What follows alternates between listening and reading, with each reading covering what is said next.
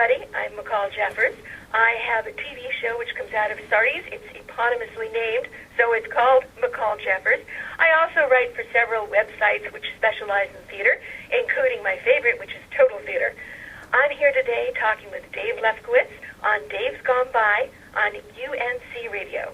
On the 10th annual Total Theater Tony Show, Dave Lefkowitz here with another theater critic. She writes about all aspects of culture, as a matter of fact, from theater to travel to food to art. She also hosts her own cable TV show, which is named after her, Michall Jeffers. She's a voting member of the Drama Desk, the Outer Critics Circle, and the American Theater Critics Association, and a member of Actors Equity as well. And very happy to have her as a critic for TotalTheater.com. Please welcome to the neighborhood, Michall Jeffers. Hello, Michall. Hi, Dave. It's great to be with you. Great to be with you, too. And what did you think of the season as a whole? Well, first of all, it was busy, that's for sure. Second of all, honestly, I didn't think this was the best season. There were a couple of real standouts. There were some surprises. I went back to see Les Mis and was very, very surprised at how good that was. I didn't imagine the reimagining of it was going to be anything as good as it was. And, of course, the lead actor was sensational. But I think there were also kind of a lot of misses, and there were some shows that I didn't think were quite up to the standards we've had in previous years. I'm getting the sense of that from a lot of the people I'm talking to. There was a lot to go through, but it wasn't the best of seasons overall, quality-wise. But let's concentrate specifically on one category, Best Book of a Musical. And the nominees are Beautiful, the Carole King musical, with Douglas McGrath doing the book on that, A Gentleman's Guide to Love and Murder by Robert L. Friedman, Chad Beguilin, I'm still not sure if I'm saying that right, for Aladdin, and then Woody Allen for Bullets Over Broadway. Michall, your thoughts on the nominees? Well, I'll tell you, first of all, Dave, these are very, very interesting guys. Since this isn't really my category, I had to do some digging, and I had a great time. They all have fascinating stories. I think the one that interested me the most was Douglas McGrath.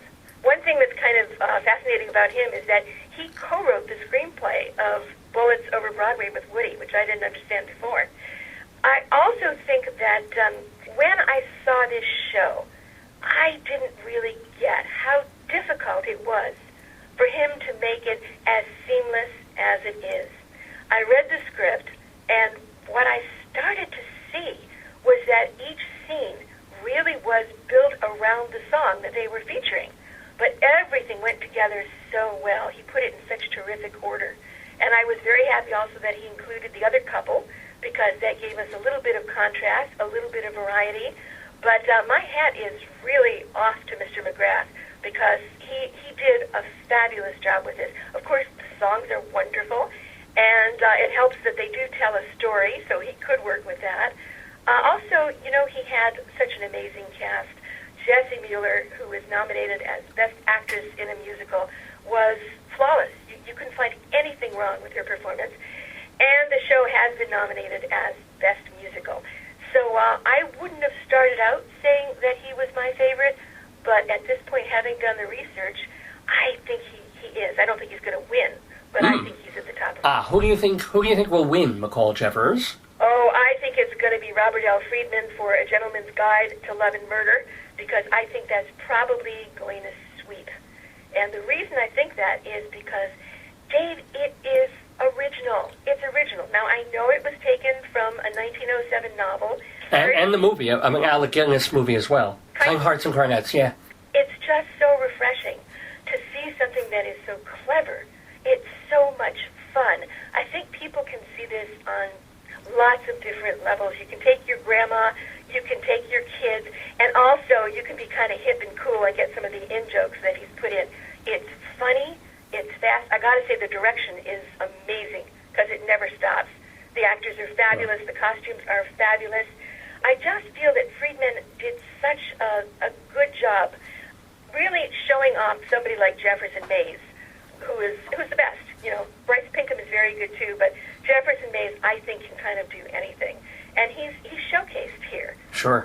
I'm so pleased with this, and I do think it's going to sweep. I think that'll win for Best Book, and I think it's going to take a lot more. It's got 10 nominations in all, and I predict it's going to take at least 8 of them. Wow. Let's not leave out the other two nominees in the book category. You've got Aladdin by Chad Begwellin. Do you agree that it's even up there? Oh, I thought you were going to ask me if I agreed that's how you pronounce his name. That too. I'm going to go with that. You know, I was very touched reading about him because I honestly didn't know anything about him before. But he approached this with such reverence to the late Howard Ashman. He actually kept a picture of him on his piano while he was working. He took into consideration that collaborating with Alan Menken was kind of walking in some pretty big footprints. Uh-huh. He did an excellent job. He was nominated twice for The Wedding Singer, which was nowhere near as good a show. He was nominated for Best Book and Best Original Score. And he brought up a point that I think was lovely. He said that Howard Ashman really had written the song about his father, Proud of My Boy, as kind of a gay anthem, and he said that it touched him so much, and he really wanted to emphasize that, and I think he did a very, very good job. Of course, Aladdin's also nominated as Best Musical. Right. I'm coming at this from what I think is an advantageous position, because, Dave, I never saw the movie. I don't have kids, and I don't like cartoons. I have never seen it, so I'm kind of seeing this with totally fresh eyes and ears. Cool, okay. And I'm going to guess, although you know better than I am sure, that the really funny things, the witty things that he put in, I don't think were probably in the movie, because, of course, a lot of them are very adult.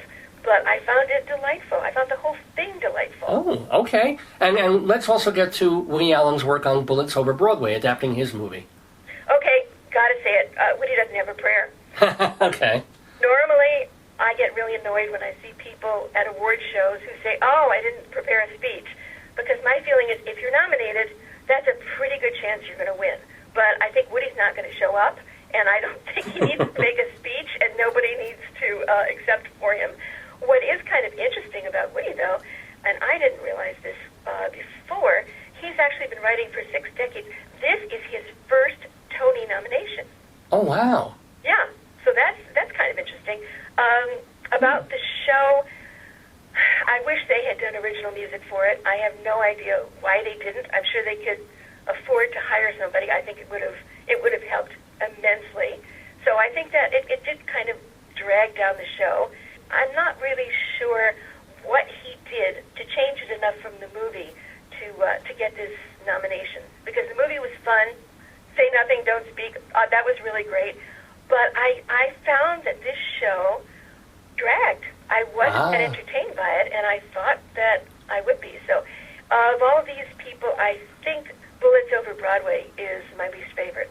Now, let me ask then, is there another show that you would substitute for this category? Maybe Rocky or Bridges Over Broadway? Would there be another musical with a better book? Well, I'm going to tell you, I love Big Fish, which opened... Oh, Big Fish, of course, yes. I just thought it was delightful and wonderful.